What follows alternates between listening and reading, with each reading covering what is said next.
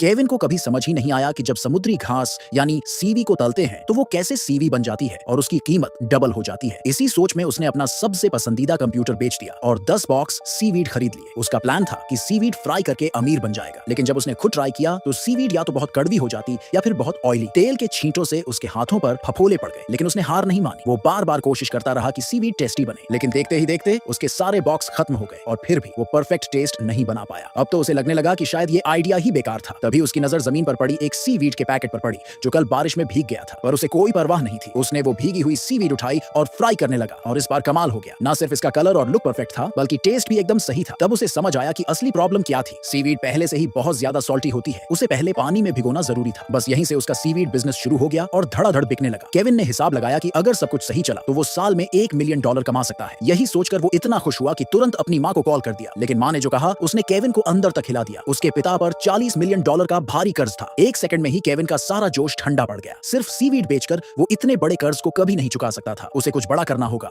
वो सड़क पर घूमते घूमते सोचने लगा और तभी उसकी नजर एक गली में पड़ी जहां सिर्फ एक ही सड़क पर तीन कन्वीनियंस स्टोर थे। यहीं उसे एक जबरदस्त आइडिया आया, क्यों ना वो अपने सीवीड को हर कन्वीनियंस स्टोर में बेचने के लिए ऑफर करे। अगले ही दिन केविन ने अपने पिता का पुराना सूट पहना, सीवीड का एक बॉक्स उठाया और सीधे कन्वीनियंस स्टोर की हेड ऑफिस चला गया। उसका प्लान था कि वो मैनेजर को कन्विंस करेगा कि उसके प्रोडक्ट को सभी स्टोर्स में बेचा जाए, लेकिन मैनेजर ने उसकी बात पूरी सुने बिना ही उसे रिजेक्ट कर दिया। उसने कहा कि केविन का सीवीड स्टोर के क्राइटेरिया पर खरा नहीं उतरता, ना उसका साइज सही था, ना पैकेजिंग और ना ही प्राइस। और तो और मैनेजर ने तो उसे टेस्ट करने तक की जहमत नहीं उठाई। केविन मायूस तो हुआ, लेकिन उसने हार नहीं मानी। उसने एक प्रोफेशनल से पैकेजिंग रीडिजाइन करवाई और सीवीड के साइज में भी चेंज किया। सब कुछ फिक्स करने के बाद वो फिर से हेड ऑफिस पहुंचा, लेकिन इस बार जब रिसेप्शनिस्ट ने कहा कि मैनेजर मीटिंग में है तो वो पूरा दिन वहीं इंतजार करता रहा। फाइनली उसे समझ आ गया कि मैनेजर किसी मीटिंग में नहीं था, बल्कि वो उसे जानबूझकर इग्नोर कर रहा था। गुस्से में आकर उसने अपना सीवीड का बॉक्स उठाया और लिफ्ट में खड़े सिक्योरिटी गार्ड को दे दिया, पर किस्मत को कुछ और ही मंजूर था। हेड ऑफिस के कुछ स्टाफ को वो सीवीड दिख गया और उन्होंने ट्राई करने के लिए कुछ पैक उठा लिए, पर जैसे ही उन्होंने खाया तो रुक ही नहीं पाए। वो इतना टेस्टी था कि हर बार उंगलियां चाटने लगे। फिर क्या था, जल्द ही केविन को वापस हेड ऑफिस बुला लिया गया। इस बार मैनेजर ने खुद उसे ऑफर दिया कि उसके सीवीड को 70,000 से ज्यादा स्टोर्स में बेचा जाएगा, लेकिन एक शर्त थी